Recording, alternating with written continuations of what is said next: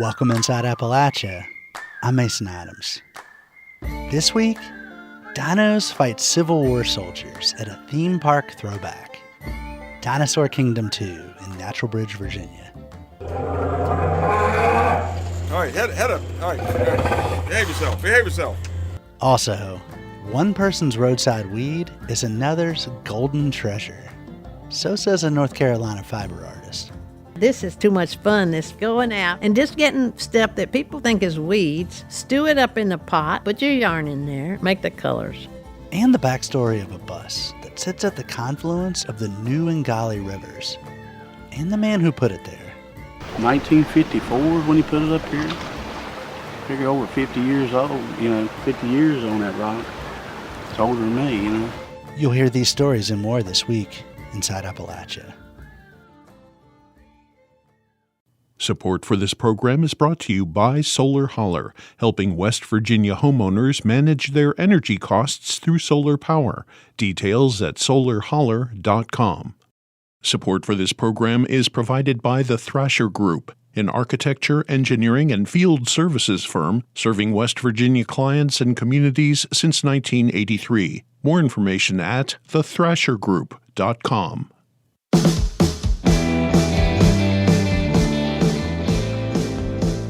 Welcome inside Appalachia. I'm Mason Adams. Every summer, Americans hit the road for vacation. In Appalachia, families pile into cars and drive from the hills and mountains to, other hills and mountains, like the Smokies, or to the ocean in places like Myrtle Beach or the Outer Banks. The tradition of summer road tripping dates back for as long as there have been automobiles. On these long drives, people needed breaks, so they'd stop at fruit stands or fireworks stores or bizarre roadside attractions. A lot of those weird old-style attractions have disappeared, but some have managed to hang on. In 2020, I visited artist Mark Klein's Dinosaur Kingdom II in Natural Bridge, Virginia. Where are you folks from?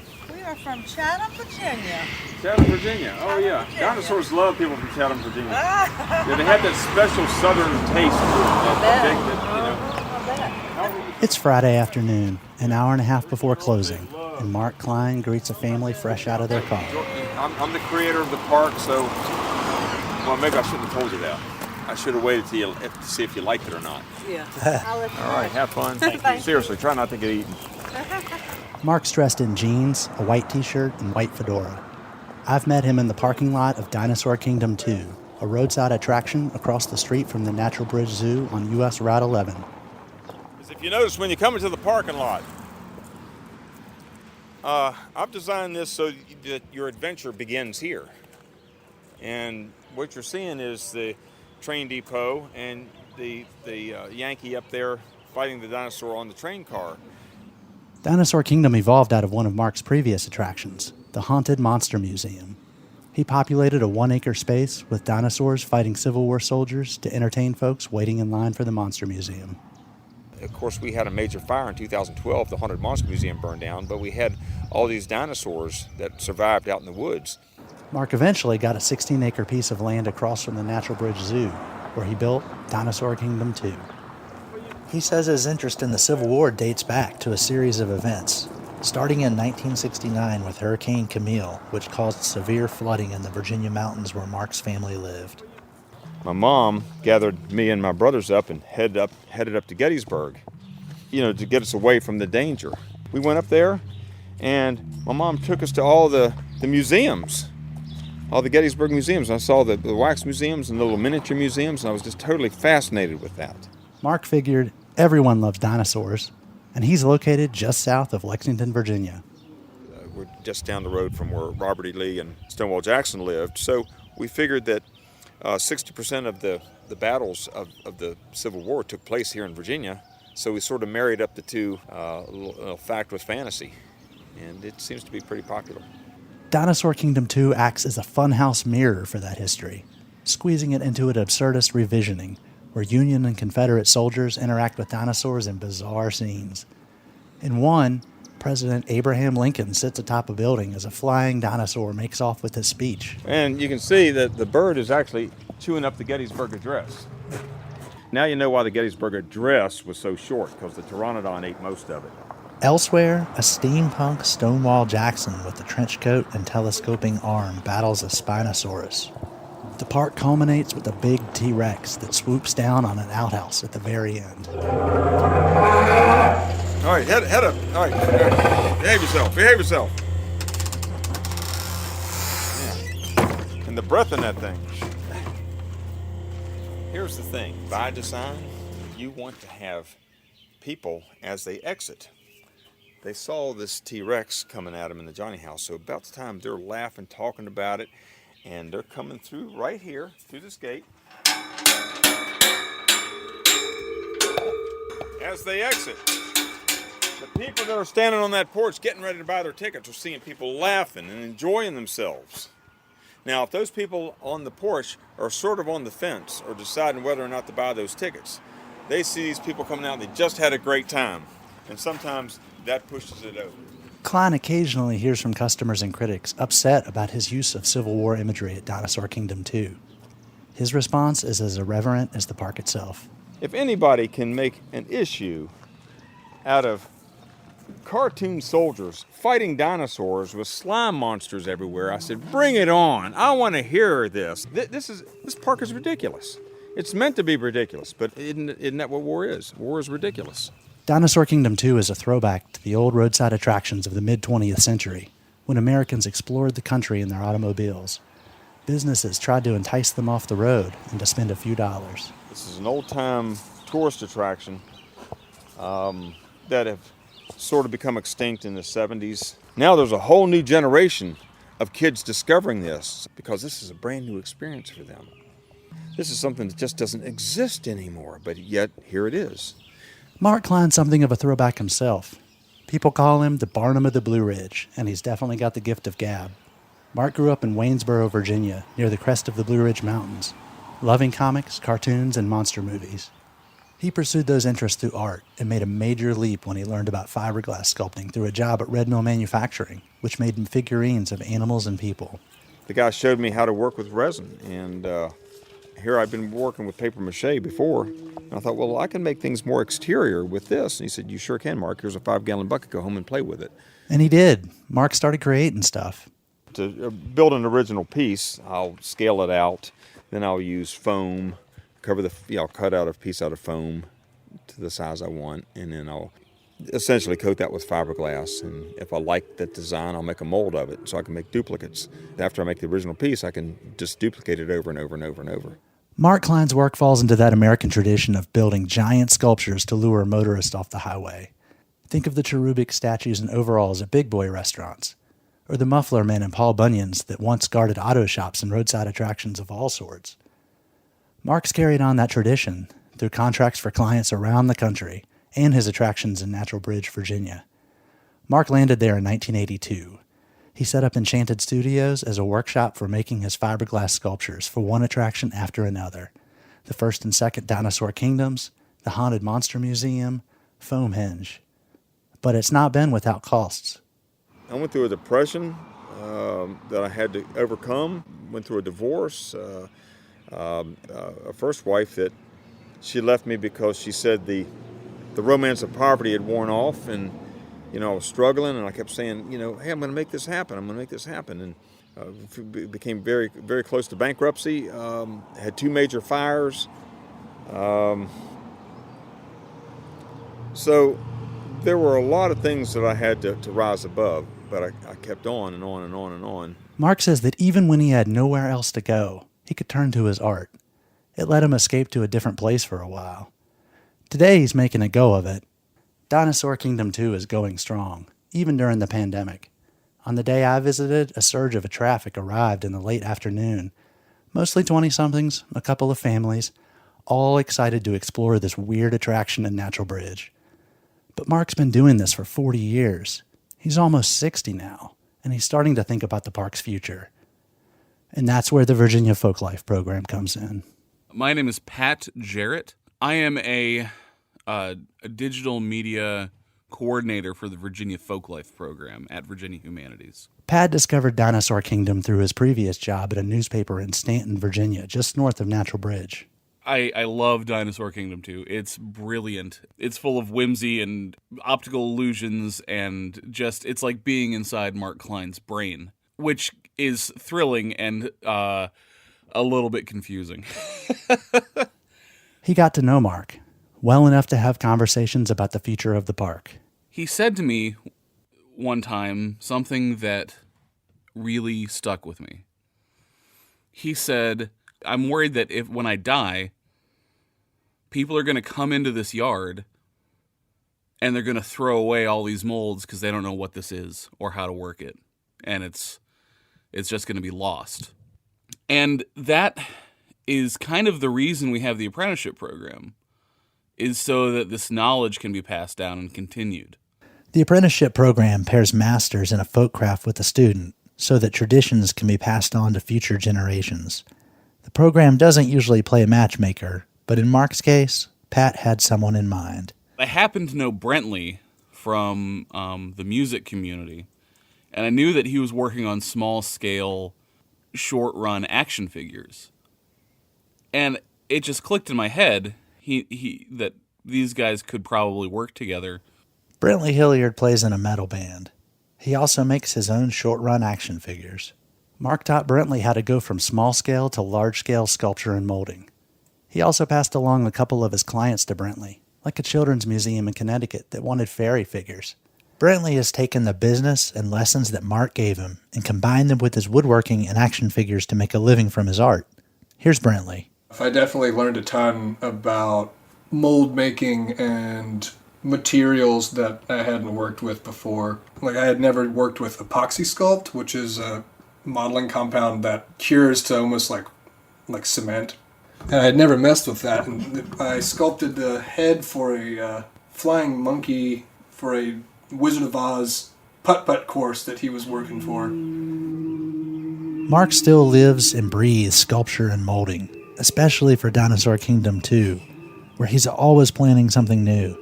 Whether that's an interactive water fight with Bigfoot, a Triceratops bullfight, or a whole new dungeon full of sculpted fiberglass creations. What's true and what's not here at Dinosaur Kingdom? To me, it's all true.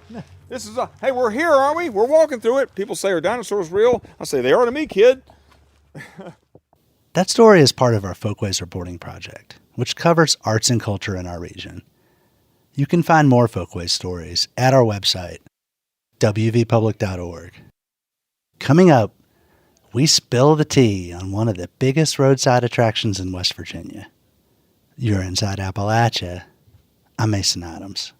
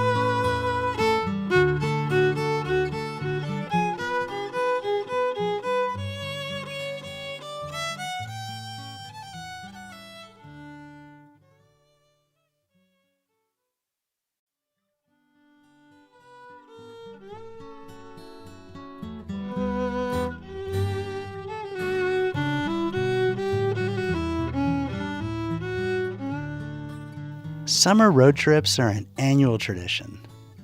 Out on the roads of Appalachia, you'll never know what you'll see. Fireworks and fruit stands can pull motorists off the road, of course. But every once in a while, you pass something that makes you say, "What was that?" Like a giant basket towering over the edge of a town, or a lighthouse in the middle of the mountains. In 2023, WVPB's Xander Alloy took a trip to Chester, West Virginia, to learn the story behind a classic roadside attraction there. A souvenir stand known as the world's largest teapot. If you drive west across the very tip of West Virginia's northern panhandle, right before Route 30 crosses the river into Ohio, you'll see what looks like a 14-foot tall red and white teapot. You know, it's really whimsical and set out in this green grassy area, and it's just, you know, it's really cute. That's Lissa Ducharme. She and her friend Maria DeLuca are from California, and we're taking a road trip with another friend who lives in Pennsylvania.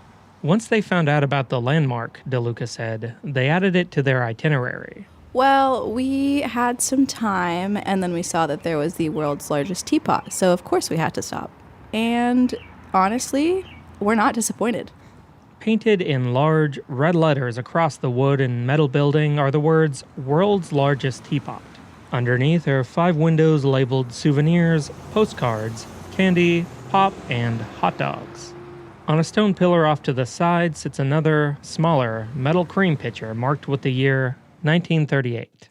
We're very proud of it. It's our great icon for the city. A lot of people come from all over the United States to see the teapot and are just fascinated.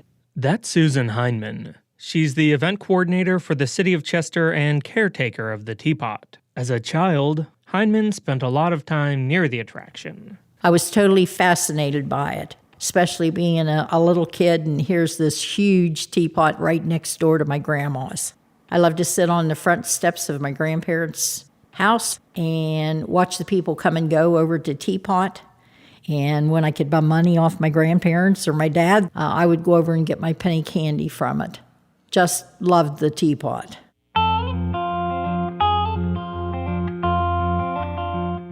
The teapot is a symbol of an area well known for its ceramics industry. Just down the road in Newell is the headquarters of the iconic Fiesta Tableware Company. Across the river, East Liverpool, Ohio once manufactured half of all dinnerware produced in the U.S. William Devon, also known as Babe, owned a pottery outlet on West Virginia State Route 2, which passes through Chester. The story goes that back in 1938, he bought a giant barrel-shaped advertisement for Hires root beer from Pennsylvania and had it hauled to the front of his store. It was cut in half, covered in sheet metal, and the handle, spout, and lid were added. The teapot served as a snack bar and souvenir stand, and to attract passing motorists to Devon's store. The smaller cream pitcher sat on the roof of the store itself. Throughout the decades, the store changed hands more than once, but apart from a couple of years during World War II, the teapot stayed open. Heineman worked there while she was in junior high in the 1960s. They had a artware building in the back, and I would go in there and dust the glassware. I got a hot dog and a root beer, or I got $1. But, she remembers, they sold more than just teacups to tourists. Underneath, the counters outside were like nude figurines and stuff, and a lot of the truck drivers would stop by there. They would buy cigarettes out of the teapot, and they would go buy one of these nude figurines to take wherever they were going. And of course, being young, I wasn't allowed in there. But being a teenager, I peeked.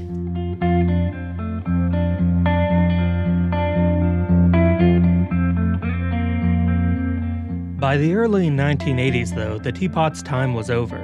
In 1984, C&P Telephone purchased the land and tore down the pottery outlet. The teapot remained but sat vacant. 3 years later, the phone company agreed to donate the teapot to the city.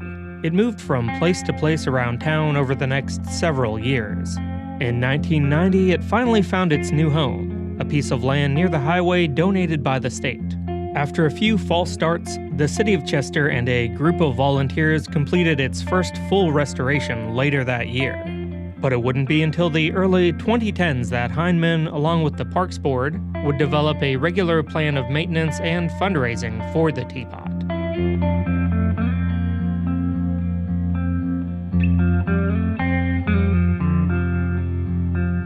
Today, the teapot's a well-known symbol of the area. It appears in work by artists from around the state and is featured as a location in the video game Fallout 76. Some people even choose to celebrate major life events there. I think that it's just pretty cool that we're the first and only people ever to get married in front of the world's largest teapot. I spoke with Abby Monte and her husband Zach Murray over the phone. They're both originally from East Liverpool, Ohio, but currently live in Chester. After a mix-up with their paperwork in Ohio, they had to scramble to get a marriage license over the border. They got one, but that meant the ceremony had to be performed in West Virginia. It was kind of just a joke. Someone just said, you should go get married at the teapot, and then we were just like, yeah, let's do it. About 10 of us, our closest friends and family, we all drove down at about 11 o'clock at night, and we had to have everybody turn on their high beam so that we could see. We walked down the aisle, said our vows, and got married in front of the teapot. They say they plan to make the teapot a part of their future, too. We'll probably make it a tradition to visit the teapot on our big anniversaries, whether we live around here or somewhere else. You're welcome to walk up and take a look at the teapot any day you want. But to experience it in its full glory, you need to come on the second Saturday of August for Teapot Day. It's the one day of the year when it opens back up as a snack bar and sells unique souvenirs like t-shirts and fiesta-wear ornaments. All that said, here's where I have to drop a bit of a bombshell. Since 2010, Chester, West Virginia has in fact not been the home of the world's largest teapot. That distinction belongs to the Maitan Tea Museum in Guizhou Province in China, which stands over 240 feet tall. While the record may be gone, what remains is the history the teapot embodies. Even though it's moved down the road a ways, it still stands as a monument to the town around it and a reminder of the region's industrial legacy. The city of Chester's proud to have the teapot here, and everything else has been tore down, historical. We still have our teapot. For Inside Appalachia, I'm Xander Alloy. Gardner's, Pennsylvania has a food tradition that sounds like a bellyache to me. See, Gardner's is the halfway point on the Appalachian Trail. So through hikers celebrate the milestone with something called the half-gallon challenge. That's right, a half-gallon of ice cream in one sitting. In this story from 2023, WITF's Rachel McDevitt takes us to the Pine Grove Furnace General Store to meet some of the challengers. Abiding by trail rules, we're only using the hikers' trail names for this story. The ice cream is here, and early. Gotta look at the ice cream. Look at it come by. You are the man. I'm gonna hold the door for you. The Hershey's ice cream delivery man is a celebrity to the hikers waiting on the porch of the general store. Inside, they jostle around the freezers. Lego man wearing a camo bucket hat and a black kilt picks out maple walnut. And here's some surprising stats from Angie Simons behind the counter. 3 minutes. Yeah, 3 minutes and 37 seconds. I'm gonna enjoy that. Did you catch that? On the 4th of July, a hiker known as Squirt wolfed down his half-gallon in 3 minutes and 37 seconds. I'll do the challenge, but I'm not killing myself. Outside on the porch, the New Hampshire native digs in. This is a big moment. Absolutely. Probably more the symbolism than the ice cream, to be honest, but... At a picnic table, Magic Falcon is sporting blue sunglasses and a backwards cap as he peels the lid off his tub. The smart one. Plain old vanilla. What makes that the smart choice? It goes down easier. I don't have to be chewing on anything, and basically becomes a milkshake at a certain point. A dark-haired woman with bright freckles who goes by Milkweed is mixing up a trailside creamsicle with vanilla ice cream and orange sherbet. And so I believe sherbet, I don't know if this is cheating, but the first ingredient is not cream. It's water. So you got to have a good flavor combo because it is just an exorbitant amount of food in one sitting to even attempt. Happy Feet, a wiry 24-year-old with big blue eyes, is nearing success, but feeling the effects. I felt better, honestly. I was feeling pretty ill after the first 1.5 quarts, but I just kind of sat down and smoked a couple cigarettes and I felt fine. Happy Feet says the challenge is a lot like the trail itself. Not bad, just a lot. It feels like a part of the trail. Like I wouldn't skip a 10-mile section. I wouldn't skip the half-gallon of ice cream. All the hikers are in a race of sorts to finish the trail before the last section closes in mid-October. On this warm day, they're also in a race to eat their ice cream before it becomes soup. maple cream is dripping from Lego Man's bushy brown beard. Just so much easier as it melts. I have a great fondness for maple. One of my wonderful childhood memories is getting sap from trees. Young me would order maple walnut. Oh, no. My spoon just broke in half. There's no video of this. No video, but immortalized in radio. Young me would order maple walnut. Lego Man pauses, then grips his new, smaller spoon. I will persist. The ice cream gives the hikers a chance to stop and reflect on the ground they've covered and why they're still hiking. Here's Milkweed. I don't know, I guess a challenge. So I have a son, he is 8 years old. And I think the biggest thing I always got from adults as a kid was not what they would tell you, but the things that you saw them do. So the things that you saw them do that seemed extraordinary, like they were superheroes. I'd want him to be proud of me. I want to be proud of me. Lego Man has been writing Hike the Appalachian Trail on his list of personal goals every year for the last 14. This year, his job finally gave him the time off to try. This really shifts your perception of what you need and what is enough, I think. He says reaching the halfway point adds a little pressure to making the next 3 months the best they can be. Already this far, wish I had taken more pictures of people and less pictures of the views. One of the trail tautologies is the views will always be there, the people won't, so take more pictures of people. Lego Man joins the other hikers hanging out on the general store's patio, where they're swapping stories from the woods and their lives back home. The trail is waiting for them, but right now, they're savoring the moment. In Pine Grove Furnace State Park, I'm Rachel McDevitt. Off trail, Lego Man goes by Alan Dwyer. Milkweed is known as Yvette Fernia. Happy Feet's name is Neil Postal. And Magic Falcon is Andrew Chang.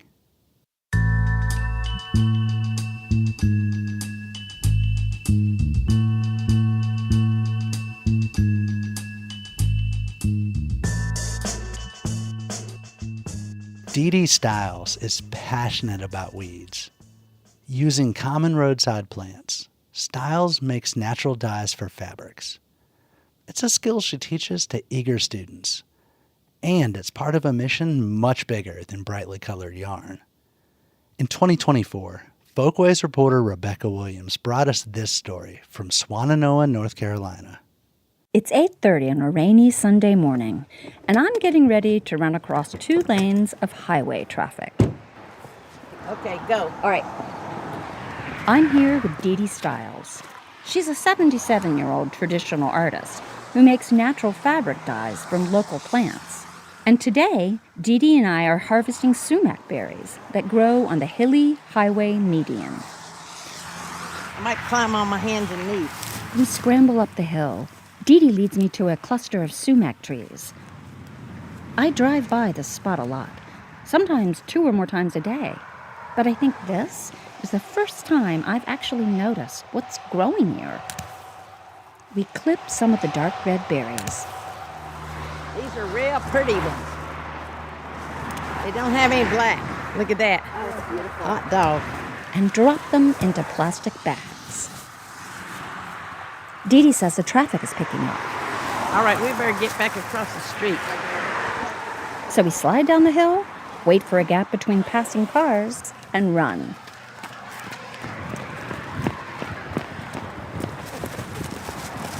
There we go. Woohoo! Dee Dee has lived most of her life in the Swannanoa Valley of North Carolina. I met her years ago, volunteering at a local nonprofit. But this is the first time I've gone with her to collect dye weeds. Making natural dyes wasn't Dee Dee's first love. When she was a little girl, she used to tag along when her grandmother gave weaving demonstrations. But it wasn't the weaving that fascinated her. She liked to watch the women at their spinning wheels, turning wool into yarn. I would be watching the lady spin, and I'd see what she did, and then I'd come home, and I'd try to do that on my spinning wheel. Then one day, she saw someone demonstrating how to make natural dyes out of plants that grew locally. Weeds, basically. And that was it. I said, so what for spinning? This is too much fun, this going out and just getting stuff that people think is weeds, stew it up in the pot, put your yarn in there, make the colors. She's been doing it ever since. Outside her house in Swannanoa, Dee Dee is preparing black walnut hulls she picked up from under the trees in her yard. The hulls are bright green and leathery, kind of like hard tennis balls. Dee Dee puts a walnut on a plank, smashes it with a hammer, and separates the hull from the nut. See, this one has a lot of little white worms, but they don't hurt your dye, so I just throw them in there. She drops the hull into a bucket and throws the rest of the walnut over her shoulder into the yard. And let the squirrels have them. Later, Dee Dee will lay the hulls on cardboard to dry out in the sun. Then she will boil them to make a deep reddish-brown dye. It doesn't always come out the way she expects. She shows me some dull grayish yarn that's hanging inside the house. These are experiments that aren't quite working the way we wish they would. Oh, really? Yeah. Why? What were you going for? Purple. And this just serves as a reminder that natural dyeing is not an exact science, even if you're an expert like Dee Dee. All sorts of things can change the way your dye colors come out, from the type of pot you use to where you get your water. A lot of the plants that Dee Dee uses for her dyes grow on her land, but sometimes she has to look elsewhere for the plants she needs, like the highway median. If I'm going to go on some land that doesn't belong to me to pick dye weeds, I try to get permission from the people that own it. She tells me about a time when she decided to pick some broom sedge, which makes a nice yellow dye. The grassy plant was growing on a vacant lot near Black Mountain. The lot was covered. It was a pretty good-sized lot, and it was covered. I didn't think you'd miss it. But the owner came by and asked her what she was doing. And I explained to him that I was getting these weeds, and I was going to make dye out of them. He wasn't upset. In fact, he asked her for advice on how he could grow grass on the lot to hold down the dirt. And I said, you don't need to do that. I said, you've got nature has put here on this lot the very best plant to hold this soil. These broom sedge plants have the deepest roots of any plant around. Dee Dee worked out a deal with him to leave the broom sedge alone until she could harvest it in the fall. I said, look, if you will not mow it until like November every year, I'll dye some wool and make you a hat. And she did.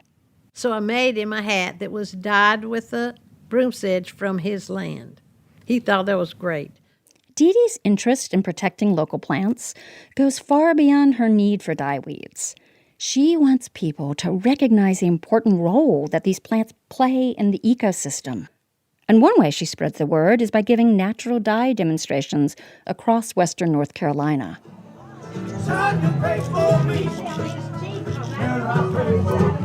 It's Heritage Day at the Folk Arts Center off the Blue Ridge Parkway near Asheville. There are dozens of artists demonstrating traditional Appalachian crafts, and Dee Dee's tent is right next to the music stage. She's got about 50 skeins of beautifully colored yarn spread out on a table and hanging from a line inside her tent. See, this is white fall asters. I can make yellow or olive green or that olive mossy gray color there. This is goldenrod, makes yellow or olive green. This broom Off to the side, a big iron pot sits on a propane burner, and every so often, Dee Dee walks over to the pot and stirs the dark liquid inside. The brown that I'm doing today, I made with sumac. And see, here's some. And then here's how they look after I cooked them. See, I cooked them. A few younger-looking folks drift her way. Here's walnut hulls. Anything off the black walnut tree, the leaves. They are graduate students studying landscape architecture at the University of Tennessee. Queen Anne's lace and mullein. And I watch as more and more students come and surround Dee Dee as she talks, and they have questions for her. So are you worried about, like, any time in the near future not being able to find what you're looking for? I am. I'm lucky because I have a big field in front of my house where I can grow a lot of the stuff. But I'm even more worried about the insects. And everybody that eats food should care about pollinators. Absolutely. And so as often as you can in your designs, plant things, native things, that can support the pollinators. We have to change. Now that there's so many of us, we have to change how we look at the world, or we're doomed. And there it is. Dee Dee's not-so-secret mission to save the planet by getting people interested in local plants and weeds. But Dee Dee has been the dye lady for a long time. She's been hauling iron pots and giving outdoor demonstrations for 24 years. I've been out there in the rain and the snow and the thunderstorms and the lightning and everything. And she's getting a little tired. So back at her house in Swannanoa, Dee Dee tells me about her plan. Dee Dee got a grant to mentor a younger artist and teach her what she knows about the craft of natural dyeing, to continue her work and her mission. I think the most important thing, not that all the people that see me are going to be dyers, but what I really hope they take from it is an appreciation of the natural world. That what they thought was a weed can actually do this thing, this beautiful thing. And make them more aware as they move around in their day of what they see on the side of the road. For Inside Appalachia, this is Rebecca Williams in Swannanoa, North Carolina. That story is part of our Folkways reporting project, which covers arts and culture in our region. To see photos of Dee Dee Styles' naturally dyed fabrics and the weeds used to dye them, visit our website, wvpublic.org.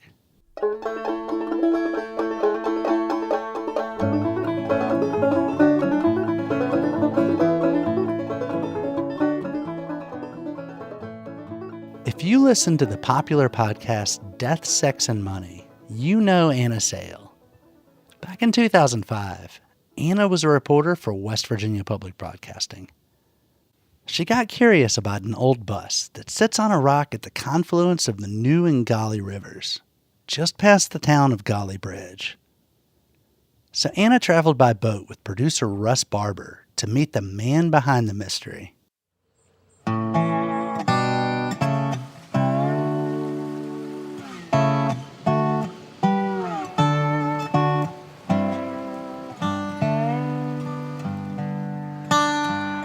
A bus in the middle of a river might be controversial in some communities, but Randy Keiss says it's a sacred spot in Gauley Bridge. There's people all over this country stops there, and takes pictures of it. Everybody's wondering how in the world you got it out here, how do you get the thing up on that rock,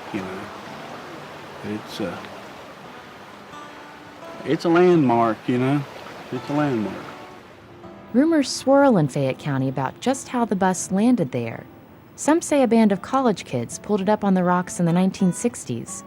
Others claim the bus was washed out to the middle of the river during a flood. Sit back down here side of it. There you go. The truth is that it was the work of one man, Bruiser Cole, who was in search of the perfect fishing camp. And as fabled as his camp has become, Cole's given it a simple name. Bus on a rock. Cole has lived all of his 81 years in Gauley Bridge. His home is in a nearby hollow along Scrabble Creek. But it's his fishing camp that has been his labor of love for 51 years. He claimed the island for himself in 1954 by hoisting a bus up onto a rock outcropping in the middle of the New River. Cole bought the bus and had it barged 9 miles downriver. Then he pulled it up onto the rocks. To hear him tell it, it was an easy process. I rode it down the river 9 miles. And when I come over here, I had up over here the boat, and he caught it over there and picked it up for me, tied it. Then I took a old barge up there, it sat over for a month or two, and I went up there above the port, that old flat rock, and that's where I loaded this old bus up.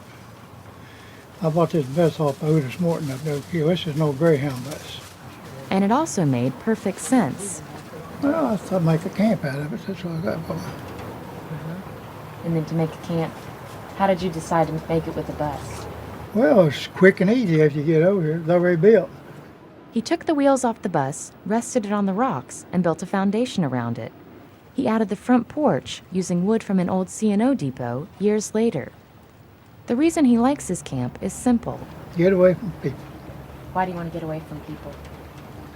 You know how people are. The rivers surrounding Gauley Bridge provide the perfect buffer for seclusion. If you ain't got a boat, you can't get across the river unless you swim.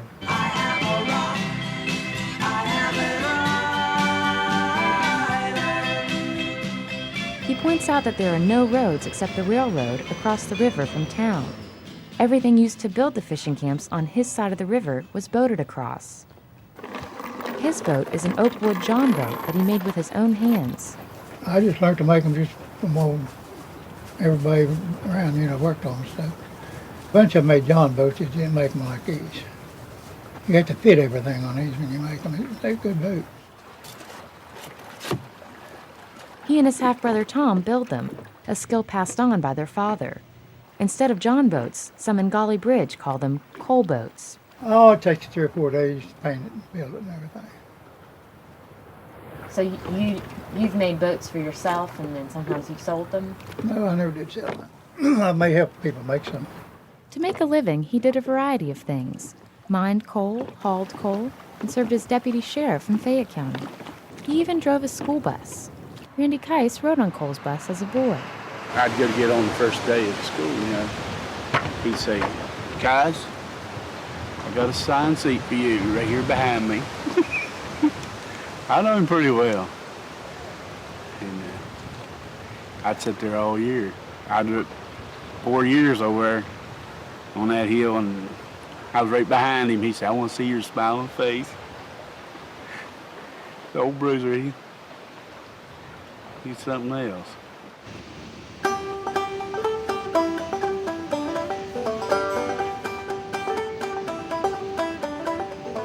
Cole has spent all of his life swimming, fishing, or sitting on the porch watching the river float by. But as with most things, he doesn't wax poetic about the river. All rivers are just important to communities. See, it's Gauley here, and New River forms Kanawha here.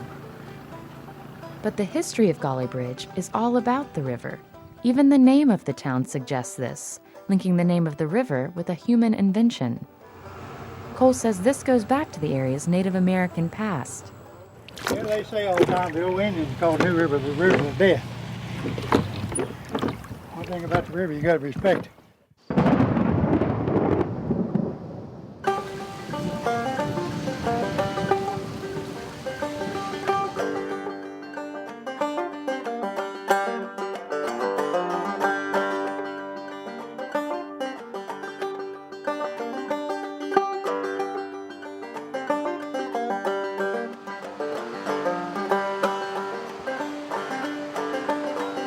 Back when our people came to this part of the world, the rivers were the interstate highways.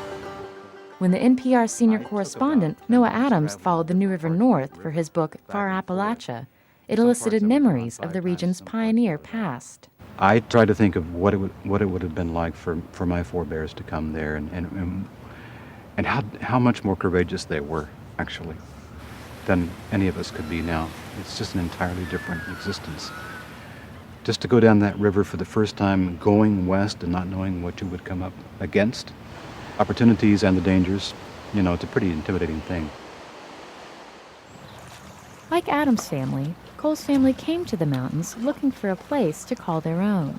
Let's face it, these are places where our people wanted to come to. The Scots-Irish, my folks, came to Philadelphia and they didn't even stop for lunch. They got off the boat and they said, let's find the mountains, and they wanted to be away from those cities.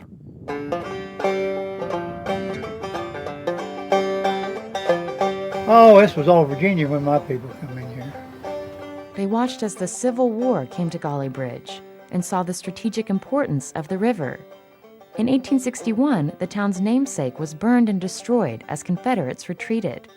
Randy Keiss knows the story well as a native. Yeah, it used to be a covered bridge over here. They used to I don't know if it was the Union or what. You used to shoot off this side here and blow it out, About every time they would build it back, they'd blow it out. Gauley Bridge is full of history, really. And people fired cannonballs, There's cannonballs all in the river there. Now, Cole's camp has become a part of Gauley Bridge's history. 1954 is when he put it up here. Figure over 50 years old, 50 years on that rock.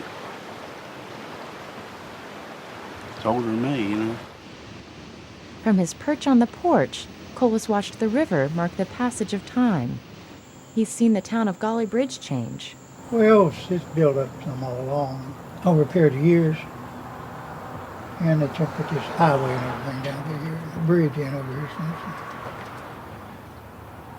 It's been incorporated for 20-some years too. And the river's flow has changed under his watch after the Summersville Dam was completed in 1966. Well, I've got my hand on the gospel plow, and I wouldn't take nothing for my journey now. And in the 1980s, Craigsville native Bernard Coffindaffer approached Cole about putting a set of his famous 3 crosses on a nearby rock. He come and asked me about it, and I told him it didn't belong to me.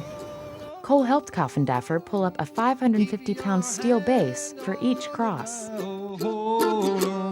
I think that this that you see here will last 100 years.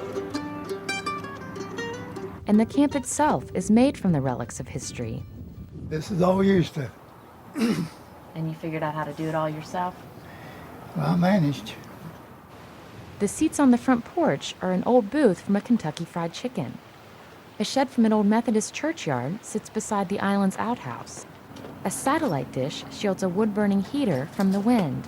And when something comes floating down the river, Cole will grab it if it's useful. Pull it up on the bank and tear it up and use it. That's better than going on down the river. It is usable. That's what's wrong with the stuff now. People throws everything away. That's not to say the camp doesn't have amenities. Cole strung an electrical line to the bus himself in 1957, which powers the camp's electric oven and 2 refrigerators. There's also running water that's pumped right out of the river. Yeah, I don't throw nothing in the river. Not even cigarette butt. That's what you're drinking. Everything goes in the river. Always on mines and timber stuff, everything goes in your drinking water. That's what you're drinking. Drinking your own filth already. But some high-ranking officials once claimed that Cole's camp itself was filth. In the mid-1970s, A. James Manchin was on a statewide mission to clean up West Virginia through the REAP program.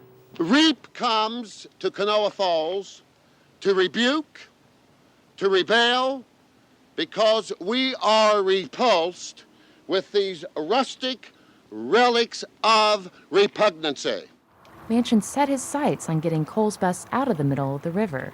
But Cole had another idea.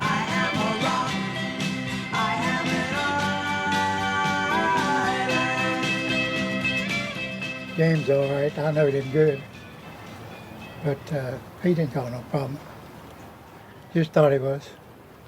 Did he want you to take the bus off the rock? No, he didn't say a whole lot about it. Charlie Ken was the mayor over here at the time, and Charlie talked to him. My wife, she called Arch more there. Never heard no more about it. Whoa! Danny Kincaid, a friend of Cole's, thinks there's more to the story. Your bruiser could tell you a whole lot more about it than I could.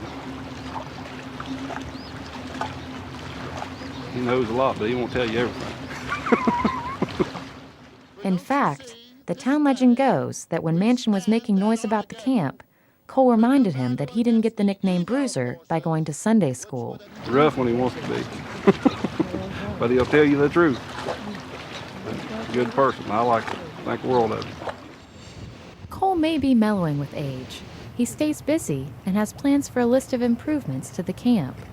But he knows he won't be around to care for it forever. He secured a deed for the Rock Island in 2004 and says he has it willed to someone.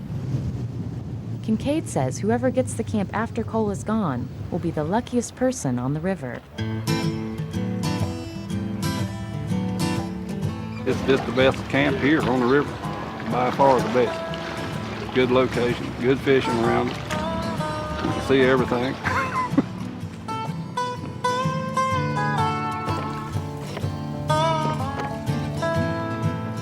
Like the pioneers before him, Cole struck out to make a home where no one had before.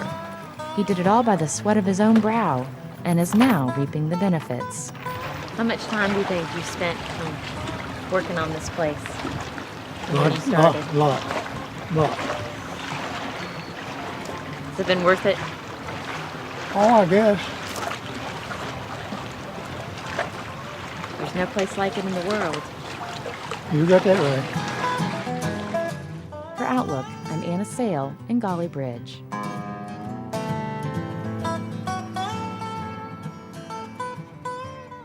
That story originally aired in 2005 on a West Virginia Public Broadcasting TV show called Outlook. Bruiser Cole passed away in 2012, but his bus on a rock is still standing. Here at Inside Appalachia, we love roadside attractions. Got a particular favorite in the region? Drop us a line at insideappalachia@wvpublic.org. We might feature it in a future episode.